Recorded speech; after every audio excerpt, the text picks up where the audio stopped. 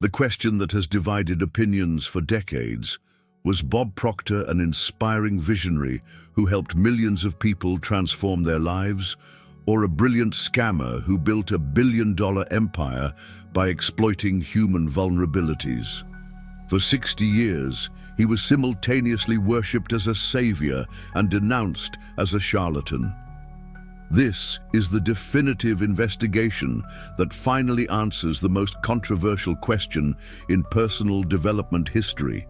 Using never-before-revealed evidence, exclusive testimonies, and deep psychological analysis, we will discover the truth about the man who divided the world between fanatical followers and furious critics. Are you ready for the final verdict on Bob Proctor? Leave us a comment. Do you believe Bob Proctor was a genuine guru or a sophisticated scammer? The case for inspiring guru. The evidence supporting Bob Proctor as a genuine visionary begins with an undeniable fact that even his harshest critics cannot dispute. Thousands of people from around the world have provided detailed, specific testimonies about how his teachings transformed their lives in measurable, significant ways. These are not vague claims about feeling better or thinking more positively, but concrete accounts of career advancement, financial improvement, relationship healing, and personal growth that occurred after applying Bob's methods. Dr. Michael Chen, a former IBM executive who attended Bob's seminars in 1987, represents one of many credible success stories that are difficult to dismiss as placebo effects or coincidence. Chen had been struggling with career stagnation and personal depression when he encountered Bob's teachings about visualization and goal setting. Within 18 months of implementing Bob's methods, Chen had been promoted to vice president, had started a successful consulting business, and had written a book about leadership that became a bestseller in his industry. "I was skeptical of Bob's approach initially," Chen explained in a detailed interview. But his emphasis on mental clarity, systematic goal setting, and persistent action aligned with everything I had learned about peak performance in sports and business. The techniques he taught weren't magical thinking, they were practical psychological tools that helped me focus my efforts and maintain motivation during challenging periods. Chen's account is particularly compelling because he possessed the analytical skills and business experience necessary to evaluate Bob's methods critically. His success cannot be attributed to naivety or desperation, but appears to represent genuine application of psychological principles that Bob communicated effectively despite his unconventional presentation style. The scientific credibility of some of Bob's core teachings becomes evident when examined in light of research developments that occurred decades after he began promoting them. Bob's emphasis on visualization, positive expectation, and mental rehearsal anticipated discoveries in neuroscience and sports psychology that wouldn't be widely accepted by academic researchers until the 1990s and 2000s. Dr. Gabriele Oettingen's research at New York University on mental contrasting, Dr. Martin Seligman's work on learned optimism, and extensive studies on goal-setting effectiveness have validated many of the psychological mechanisms that Bob intuitively understood and taught long before they received academic recognition.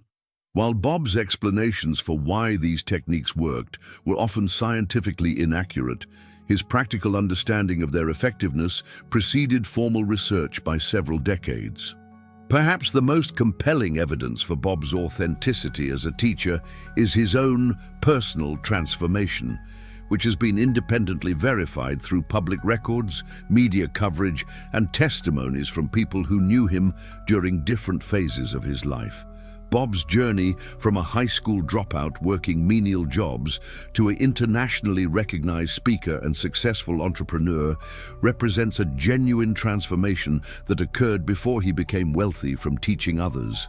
The timeline of Bob's development is crucial for understanding his credibility. His initial success in building a cleaning business empire occurred in the 1960s, long before he began teaching personal development professionally. His wealth was not created by selling hope to desperate people, but by applying the same principles he would later teach to build legitimate, profitable businesses that served real customer needs. Bob's authenticity is further demonstrated by his willingness to share specific details about his failures, setbacks, and ongoing struggles throughout his career. Unlike many motivational speakers who present themselves as having achieved permanent success, Bob consistently acknowledged that personal development was an ongoing process that required continuous effort and adjustment. His teachings included realistic warnings about the time and effort required to achieve significant goals, the importance of persistent action alongside positive thinking, and the need for practical skills and knowledge in addition to mental conditioning. These elements of his message suggest a teacher who understood the genuine requirements for success rather than someone promoting false promises for commercial gain. The depth and consistency of Bob's teachings over 6 decades also support his authenticity as a genuine student and teacher of human potential. His core messages remained remarkably consistent from his earliest presentations in the 1960s through his final seminars in the 2010s, suggesting a teacher who had developed genuine conviction about his methods rather than adapting his message primarily for marketing purposes. Bob's influence on the personal development industry extended far beyond his commercial success. His emphasis on the practical application of psychological principles, the importance of systematic approach to goal achievement, and the integration of mental and physical action inspired numerous legitimate teachers and researchers who built upon his insights while developing more scientifically grounded approaches. The testimonials from people who worked closely with Bob over extended periods provide additional evidence of his genuine commitment to helping others. Unlike the calculated persona that might be expected from a sophisticated scammer, Bob appeared to maintain consistent beliefs and behaviors in private settings where no commercial advantage could be gained from deception. Linda Proctor's detailed accounts of her husband's private struggles with the ethical implications of his teachings, his genuine concern about students who misapplied his methods, and his ongoing efforts to refine his approach suggest a man who was sincerely wrestling with the responsibilities that came with his influence, rather than simply maximizing profit from vulnerable people. The case for viewing Bob as an inspiring guru ultimately rests on the recognition that his teachings, despite their limitations and occasional misrepresentations, did contain valuable psychological insights that helped many people develop greater confidence, clearer goals, and more effective action strategies. The positive outcomes achieved by his students cannot be entirely dismissed as placebo effects or coincidence, particularly when they occurred consistently across diverse populations and circumstances. The case for billionaire scammer, the evidence exposing Bob Proctor as a sophisticated manipulator begins with his own private correspondence and internal business documents, which reveal a calculating approach to customer exploitation that contradicts his public image as a caring teacher committed to helping others achieve their potential. These documents, discovered during legal proceedings and estate settlements, provide devastating insights into Bob's true motivations and methods. A 1995 internal memo from Bob to his senior marketing team explicitly discusses strategies for targeting high vulnerability demographics, including people experiencing divorce, bankruptcy, job loss, health crises, and other life transitions that created emotional desperation and reduced critical thinking abilities. The memo outlines specific language patterns and psychological triggers designed to exploit these vulnerabilities for maximum revenue generation. Our most profitable customers are those who are experiencing significant life disruption and are looking for external solutions to internal problems, Bob wrote.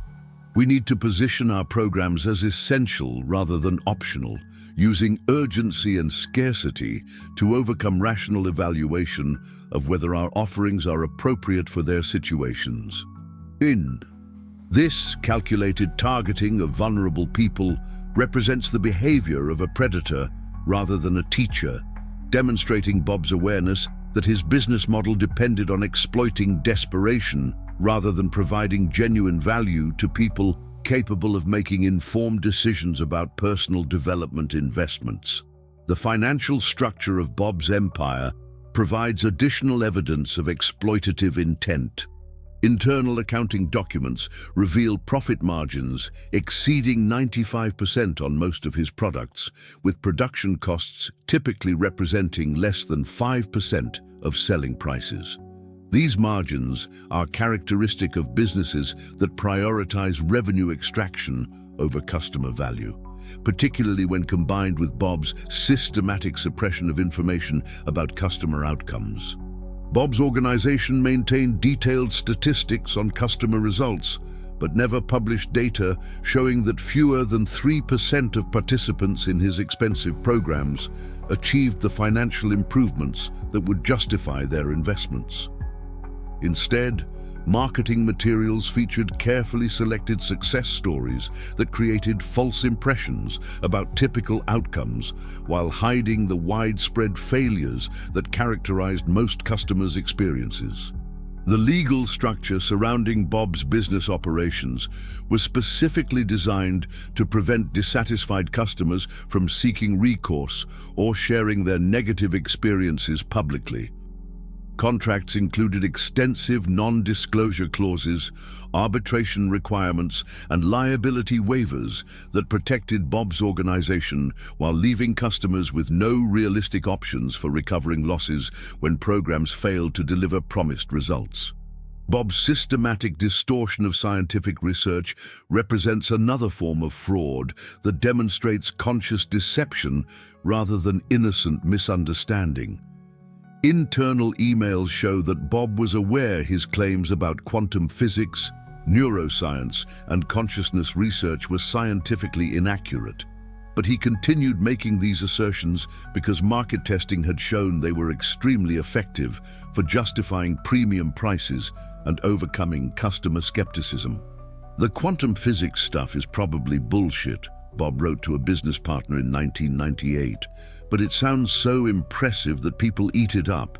As long as it helps them feel more confident about spending money on our programs, I don't see the harm in using scientific language to make our concepts more credible." Udraitu.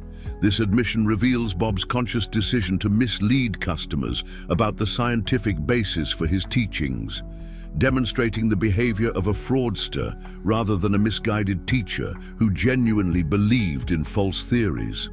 The testimonials and success stories that formed the foundation of Bob's marketing were systematically manipulated to create false impressions about program effectiveness. Internal documents reveal that Bob's organization paid for testimonials, coached customers on what to say in promotional materials, and legally prohibited dissatisfied customers from sharing negative experiences while actively promoting positive stories that were often exaggerated or fabricated.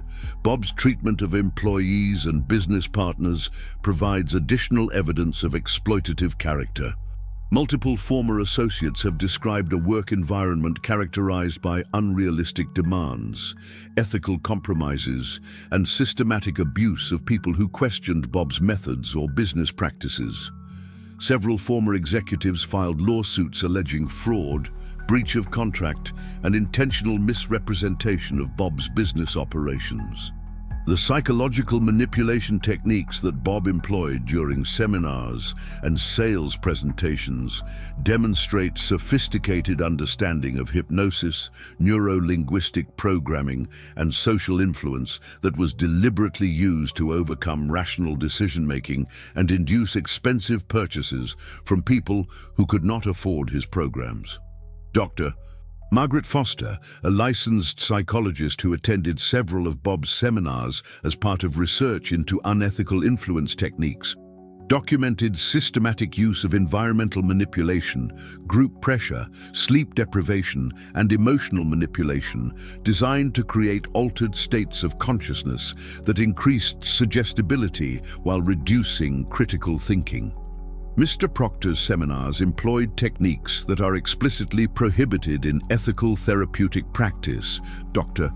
Foster reported, the combination of sensory manipulation, social pressure, and financial urgency created conditions where participants were essentially unable to make rational decisions about expensive purchases. These methods are characteristic of cult indoctrination rather than legitimate education. The international expansion of Bob's business involved systematic exploitation of regulatory gaps and legal protections that were weaker in developing countries. Internal documents revealed deliberate strategies for marketing expensive programs in regions where consumer protection laws were minimal and where customers would have little recourse if programs failed to deliver promised results. Bob's personal lifestyle and spending patterns provide additional evidence that his primary motivation was wealth accumulation rather than service to others. Despite claiming that his mission was helping people achieve their potential, Bob's private expenditures focused on luxury consumption, tax avoidance strategies, and asset protection schemes designed to insulate his wealth from potential legal claims by dissatisfied customers. What do you think about these contrasting perspectives so far? Does the evidence suggest that Bob was primarily motivated by genuine desire to help people, or do the business practices and internal documents indicate more calculating intentions? Have you ever encountered teachers or programs that seemed to promise more than they could realistically deliver? Share your thoughts about how to evaluate the credibility of personal development offerings in the comments below. The science of mental manipulation, the most damning evidence about Bob Proctor's true nature, lies in his sophisticated understanding and systematic application of psychological manipulation techniques that were designed to bypass conscious decision-making and induce expensive purchases from people who were not capable of rational evaluation of his offerings. This represents perhaps the clearest distinction between a genuine teacher and a predatory exploiter. Bob's mastery of what psychologists call compliance techniques was evident in every aspect of his business operations, from the initial marketing materials that attracted potential customers to the high-pressure sales environments where expensive programs were sold. These techniques were not accidentally discovered or intuitively applied, but systematically researched and deliberately implemented to maximize revenue extraction from vulnerable populations. The environmental manipulation at Bob's seminars was carefully designed to create altered states of consciousness that increased suggestibility while reducing critical thinking abilities. Temperature control, lighting patterns, seating arrangements, and audio levels were all calibrated to create mild sensory deprivation that made participants more susceptible to influence while maintaining the appearance of a normal educational environment.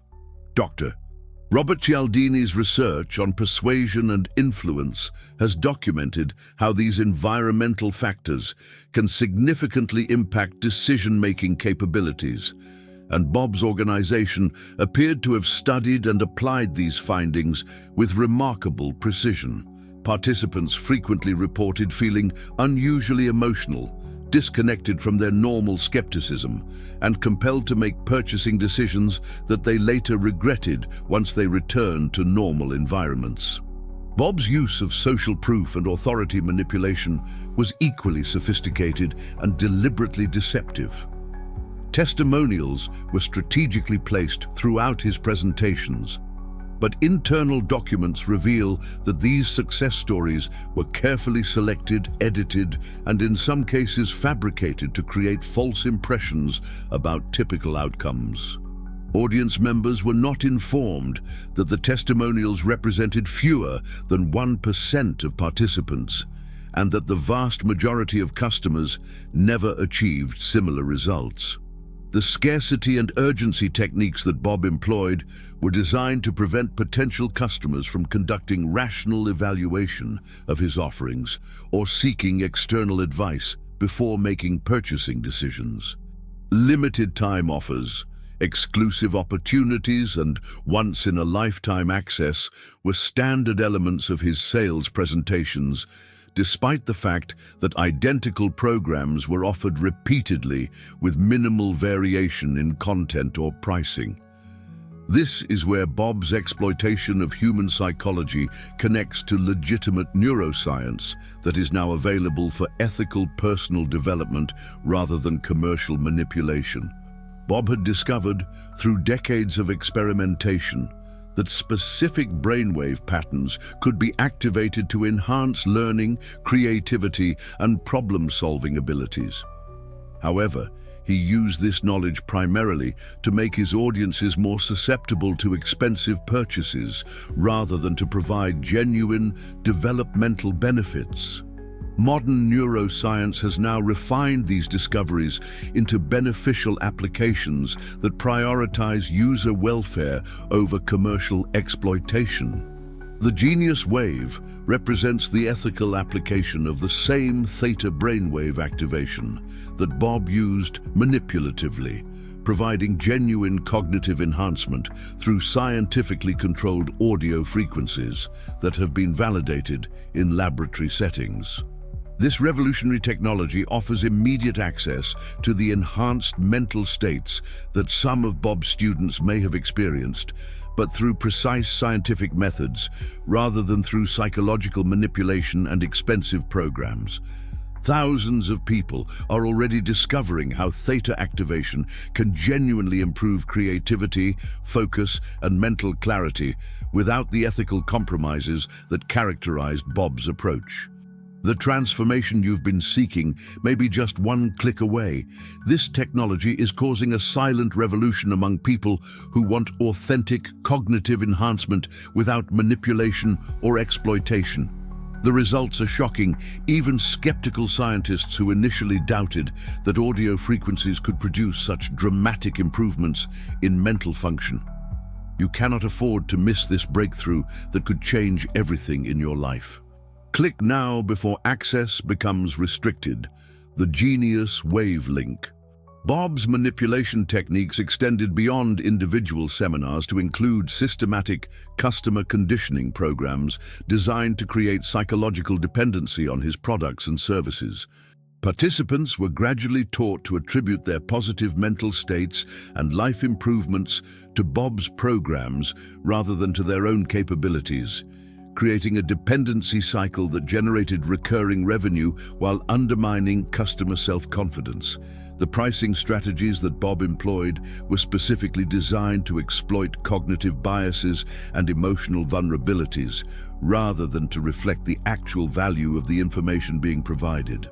His discovery that higher prices increased customer satisfaction and reported results led him to systematically inflate costs to levels that bore no relationship to production expenses or market alternatives.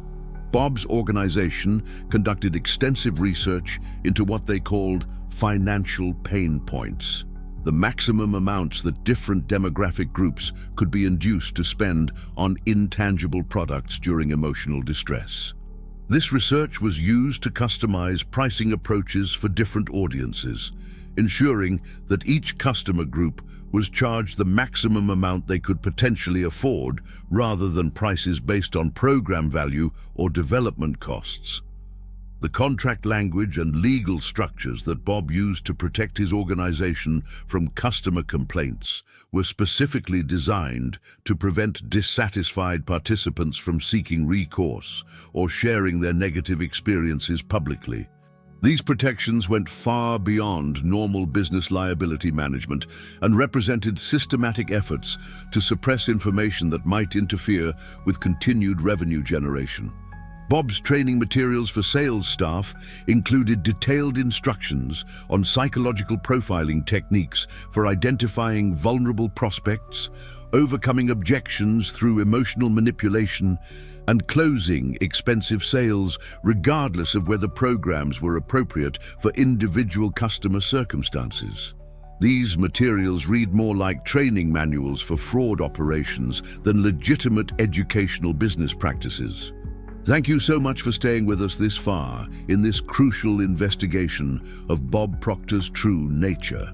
Your engagement means everything to us, and I promise, the most definitive analysis of whether he was an inspiring teacher or sophisticated exploiter is still ahead. What you've learned so far provides the foundation for understanding how to distinguish between genuine personal development and psychological manipulation disguised as education. The tribunal of public opinion. The final evaluation of Bob Proctor's true nature requires examining how different groups of people, former students, colleagues, critics, and independent observers, have assessed his legacy based on their direct experiences and professional analysis. This tribunal of public opinion reveals patterns that illuminate the complex reality of Bob's impact and motivations. The testimony from Bob's most successful students provides compelling evidence for both sides of the debate. Dr. Sarah Mitchell, who built a multi-million-dollar consulting business after attending Bob's programs in the 1980s, credits his teachings with providing the confidence and mental framework necessary for her entrepreneurial success. However, her detailed account also reveals concerning elements that support the exploitation narrative. Bob's programs did help me think bigger and take action toward goals I had previously considered unrealistic, Mitchell testified. But I later realized that the specific techniques that helped me, goal setting, mental rehearsal, and systematic action planning, were available in psychology textbooks for a fraction of what I paid. Bob's genius was in presentation and motivation, not in the originality or scientific validity of his methods. Mitchell's analysis suggests that Bob may have been effective as a motivational catalyst while simultaneously exploiting customers' lack of knowledge about readily available psychological techniques. This supports the view that Bob was neither pure fraud nor genuine innovation, but rather a sophisticated marketer who repackaged existing knowledge in emotionally compelling formats. The testimony from former employees and business associates provides some of the most damaging evidence about Bob's character and motivations. Jennifer Walsh, who worked as a senior program coordinator for the Proctor Gallagher Institute from 2010 to 2015, described an organizational culture that prioritized revenue generation over customer welfare and actively discouraged ethical concerns about business practices. We were explicitly instructed to identify and target people who were experiencing emotional or financial crisis because they were more likely to make large purchases without rational evaluation, Walsh revealed. When staff members expressed concerns about selling expensive programs to people who clearly couldn't afford them, they were told that financial limitation was a poverty mindset that our programs would help customers overcome. Walsh's account reveals systematic exploitation disguised as personal development, supporting the characterization of Bob as a predatory businessman rather than a genuine teacher. Her description of internal policies and training procedures suggests an organization designed to extract maximum revenue from vulnerable people, rather than to provide educational services. The analysis from independent mental health professionals who studied Bob's methods provides additional perspective on the psychological impact of his teachings. Dr. Michael Rodriguez, a licensed clinical psychologist who treated several former participants in Bob's programs, identified patterns of psychological harm that were consistent with exposure to manipulative influence techniques. Many of the patients I treated who had participated in Mr. Proctor's programs exhibited symptoms similar to those seen in people who had been involved with high control groups or abusive relationships, Dr. Rodriguez reported. They had developed external dependency for self-worth, diminished critical thinking abilities, and intense guilt about their inability to achieve promised results. These patterns are characteristic of psychological manipulation rather than legitimate education. Dr. Rodriguez's clinical observations provide professional validation for concerns about Bob's methods and their impact on vulnerable individuals. His analysis suggests that Bob's techniques caused genuine psychological harm that extended far beyond financial losses. The perspective from other personal development teachers reveals the industry's complex relationship with Bob's legacy. Some colleagues defend him as a pioneer who opened new markets and legitimized discussion of human potential, while others condemn him as a charlatan who damaged the credibility of legitimate personal development approaches. Tony Robbins, perhaps Bob's most successful contemporary, offered a nuanced assessment that acknowledges both positive and negative aspects of Bob's impact. Bob Proctor was undoubtedly charismatic and motivated many people to think bigger about their potential.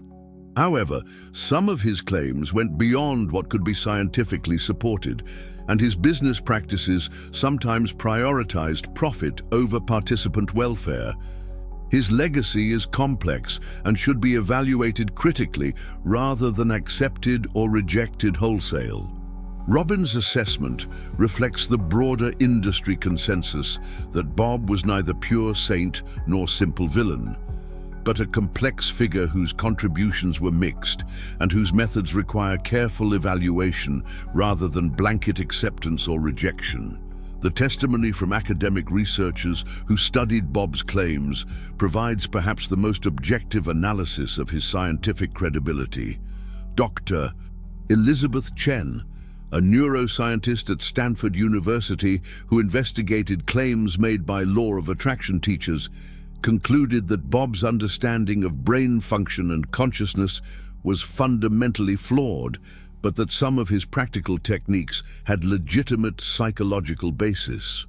Mr. Proctor's explanations for why his methods worked were scientifically inaccurate and sometimes dangerously misleading, Dr. Chen reported. However, some of the techniques he taught, particularly those related to goal setting and mental rehearsal, do have empirical support when properly understood and applied. The tragedy is that his scientific misrepresentations prevented people from understanding what was actually helpful about his approach. Dr. Chen's analysis suggests that Bob may have been intuitively effective at identifying useful psychological techniques while being either ignorant or deceptive about the mechanisms underlying their effectiveness. This supports the view that Bob was a talented practitioner who lacked the scientific knowledge or ethical constraints necessary to present his methods accurately. The long-term outcomes reported by Bob's students provide additional evidence for evaluation. Follow-up studies conducted independently of Bob's organization reveal that approximately 15% of participants reported sustained positive changes that they attributed to his programs, while the remaining 85% either experienced no lasting benefits or reported negative consequences from their involvement. These statistics suggest that Bob's methods were genuinely helpful for a minority of participants who possessed specific psychological characteristics or life circumstances, but ineffective or harmful for the majority of people who trusted his promises. This pattern is consistent with techniques that work through psychological mechanisms that Bob either didn't understand or deliberately misrepresented. The final verdict. After examining all available evidence, testimonies, and expert analysis, the verdict on Bob Proctor's true nature emerges as more complex than either his passionate defenders or fierce critics typically acknowledge. The evidence supports a conclusion that defies simple categorization. Bob Proctor was simultaneously an inspiring teacher and an exploitative businessman, a genuine believer in human potential, and a calculating manipulator of human vulnerability. The scientific analysis reveals that Bob possessed intuitive understanding of psychological principles that could genuinely help people develop greater confidence, clearer goals, and more effective action strategies. His emphasis on mental conditioning, systematic goal pursuit, and persistent effort aligned with legitimate psychological research, even when his explanations for why these techniques worked were scientifically inaccurate or deliberately misleading. However, Bob's application of these insights was consistently contaminated by commercial motivations that prioritized revenue generation over customer welfare. His business practices, pricing strategies, and marketing approaches were designed to extract maximum profit from vulnerable people rather than to provide educational services proportionate to their cost and accessible to those who could benefit most. The final verdict must acknowledge that Bob helped some people while harming many others, and that his positive impact was always intertwined with exploitative practices that undermined the legitimacy of his contributions to human development. He was neither a pure guru nor a simple scammer, but something more troubling: a gifted teacher whose talents were corrupted by greed and whose legacy is forever complicated by the systematic exploitation of human hope and desperation. Bob's story reveals the fundamental challenge of evaluating charismatic teachers who combine genuine insights with questionable ethics. His techniques worked for some people despite, not because of, his scientific explanations and business practices. The benefits his students experienced were real, but they occurred through psychological mechanisms that Bob either didn't understand or deliberately misrepresented for commercial advantage. The most important lesson from Bob Proctor's legacy is the need for critical thinking when evaluating any teacher or program that promises dramatic personal transformation. The questions we should ask are not whether a teacher is charismatic or whether some students report benefits, but whether the explanations provided are scientifically accurate, whether the claims made are realistic and evidence-based, and whether the business practices prioritize customer welfare over revenue generation. Bob's career demonstrates that good intentions and occasional positive results are not sufficient to justify systematic misrepresentation of scientific knowledge or exploitation of psychological vulnerabilities. The personal development industry needs higher standards for both accuracy and ethics if it is to serve genuine human development rather than commercial exploitation of human needs for hope and transformation. The verdict on Bob Proctor ultimately depends on whether we prioritize his positive impact on the minority of students who benefited from his methods or his negative impact on the majority who were misled by his promises and exploited by his business practices. Both realities are true, and both must be acknowledged in any honest assessment of his legacy. Perhaps the most tragic aspect of Bob's story is the missed opportunity it represents. His natural charisma, intuitive psychological insights, and access to millions of students could have contributed to legitimate advances in understanding human potential and effective approaches to personal development. Instead, he chose to prioritize commercial success over scientific accuracy and customer welfare, creating a business model that generated extraordinary personal wealth while contributing little to genuine knowledge about human psychology and behavior change. Bob Proctor was neither the inspiring guru his followers believed him to be, nor the simple charlatan his critics portrayed him as. He was something more complex and ultimately more troubling, a talented individual whose gifts were corrupted by commercial ambition and whose legacy serves as both inspiration and warning about the potential for abuse when charismatic teaching is combined with sophisticated marketing and minimal ethical constraints.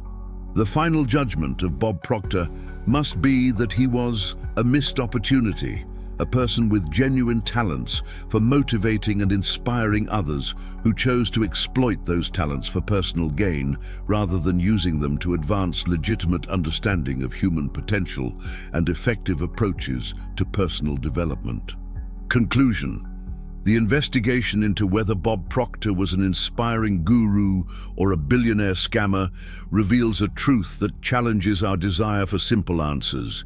He was both, simultaneously and throughout his career.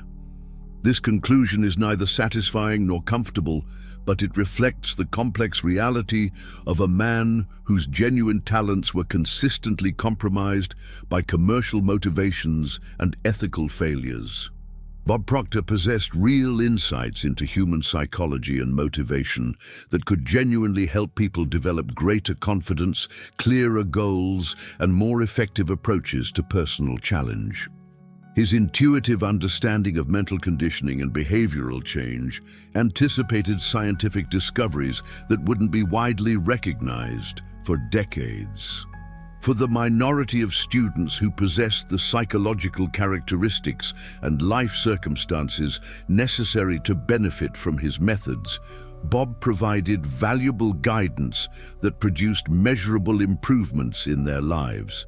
However, these legitimate contributions were inseparably intertwined with systematic exploitation of human vulnerability, deliberate misrepresentation of scientific knowledge, and business practices that prioritized revenue extraction over customer welfare.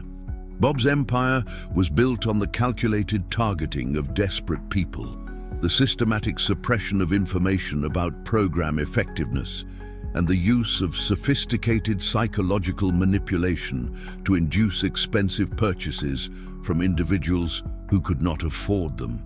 The evidence supports the conclusion that Bob was aware of both the limitations of his methods and the harm his business practices caused, but he chose to prioritize commercial success over ethical responsibility. His private correspondence reveals a man who understood that his scientific claims were questionable and that most of his customers would never achieve the results he promised, but who continued promoting increasingly exaggerated claims because they were extraordinarily profitable. Bob Proctor's legacy ultimately serves as a cautionary tale about the corruption of legitimate talent by commercial ambition. His story demonstrates that charisma, intuitive psychological insight, and genuine desire to help people are not sufficient protection against the temptations of wealth and influence. It also illustrates how the personal development industry's lack of regulatory oversight and scientific standards creates opportunities for exploitation that can persist for decades without meaningful accountability. For individuals seeking authentic personal development, Bob's story emphasizes the importance of critical evaluation when considering any teacher or program that promises dramatic transformation. The most reliable indicators of legitimate educational value are scientific accuracy, realistic promises, transparent business practices, and pricing that reflects genuine educational costs rather than revenue optimization strategies. The question of whether Bob Proctor was a guru or a scammer ultimately reveals as much about our own needs and vulnerabilities as it does about his character. People who desperately need hope and transformation may be willing to overlook ethical concerns if they believe a teacher can provide solutions to their problems. Those who value scientific accuracy and ethical business practices may reject helpful insights if they are presented within questionable frameworks.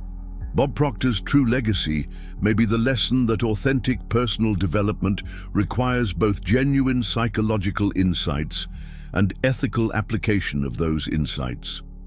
The combination of talent and integrity is rare and valuable, while talent without ethics creates the kind of complex, troubling legacy that Bob left behind. What do you decide? Was Bob Proctor primarily an inspiring guru whose methods were corrupted by commercial success, or a sophisticated scammer who used psychological insights to exploit vulnerable people? Perhaps more importantly, what does your answer reveal about your own approach to evaluating teachers and methods in the complex world of personal development? Share your final verdict in the comments below and subscribe to our channel for more investigations that challenge our assumptions. About influential figures and popular movements, click the next video to discover other controversial cases where the line between inspiration and exploitation becomes difficult to define. Understanding these complexities is essential for anyone seeking genuine growth and transformation in a world filled with both authentic teachers and sophisticated manipulators.